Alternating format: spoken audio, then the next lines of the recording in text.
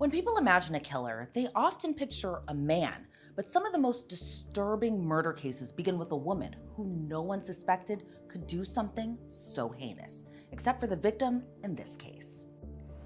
For months before her death, Karen repeatedly stated, "If something happens to me, tell them it was my sister. She is going to kill me." When a woman's sister disappears without a trace, questions begin to mount. I'm very concerned that we had not heard from her. No calls, no visits, no any. But some of those questions are answered when detectives make a horror. In the quiet Carrollwood neighborhood just outside Tampa, Florida, neighbors say you could say led a simple life in a quiet neighborhood in the Carrollwood community. She was a retired engineer from Verizon. She had a select group of good friends, and she enjoyed gardening. She enjoyed working in her yard. She enjoyed washing her car. Neighbors will say she was often seen outside, actually very regularly. The place she lived, just to give you a general idea,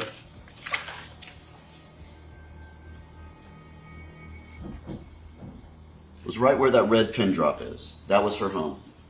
It's a 2-bedroom home. She lived there. It was her home. She purchased it. She lived there originally with her parents until both her parents passed. And then ultimately, she lived there with her sister, Debra Patton. Debra Patton and Karen Pais were not getting along. They were not communicating. The friends will say that for a while, Debra would maybe sometimes come out while they were there, but then wouldn't even come out with them when they were there. And when she did, she wouldn't even acknowledge them. They could sense and see and feel the tension between these two sisters who were living together at this residence.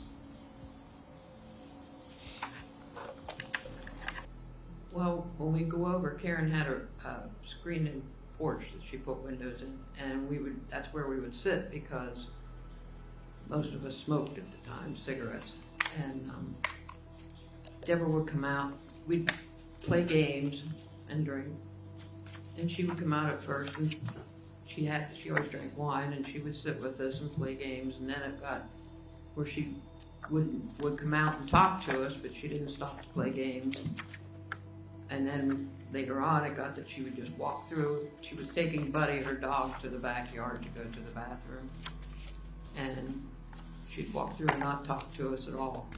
And then sometimes we'd go over and she wouldn't even come out of the... On May 20th of 2021, that's the last day that Pam and Jan, Karen's friends, saw her alive at their house. Then the next day, on May 21st, 2021, that's the last time her friend Debbie Wishon saw her alive. They began to grow concerned when they weren't hearing from Karen.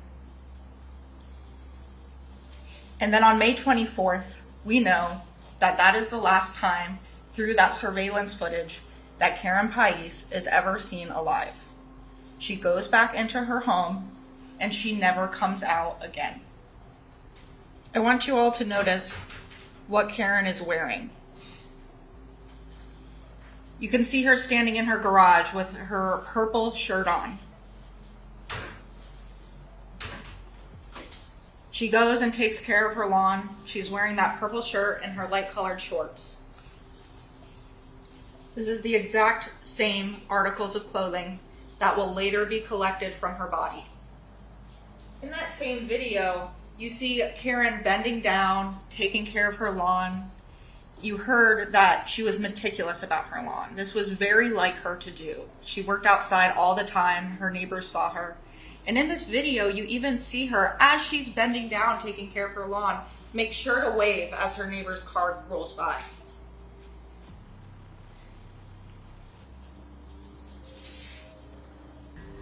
And on Thursday, I got a text back that said, "I'll pass." Did that sound like something No. Karen would say to you?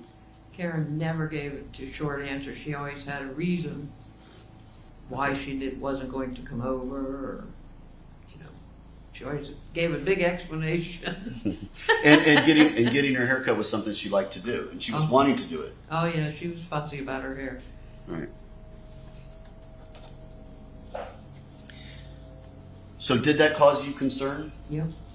That was Thursday, and I texted Kelly because we hadn't heard from her.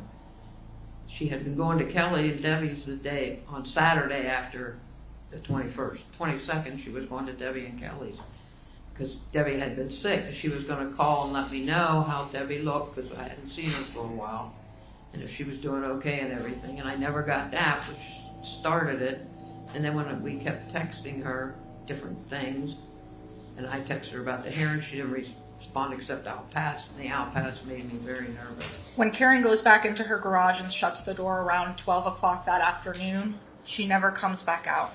And that's the last time anybody ever sees her outside her home.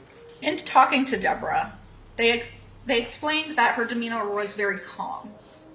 She wasn't concerned about where Karen was. She didn't want to file a missing persons report. And she wasn't concerned. Debra knew exactly where Karen was at that point because she's the one that killed her and buried her in that hole. To prove. And so when you saw this, did you say anything to Debra?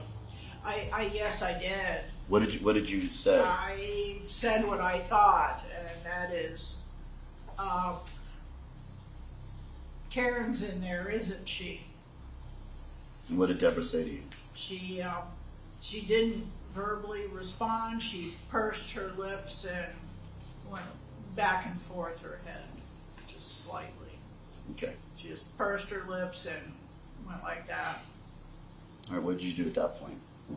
Well, prior to that, I had asked her, where is Karen? And she didn't really answer. She might have said something so low under her breath, I don't know, but she was just saying, I don't know is what I think she said.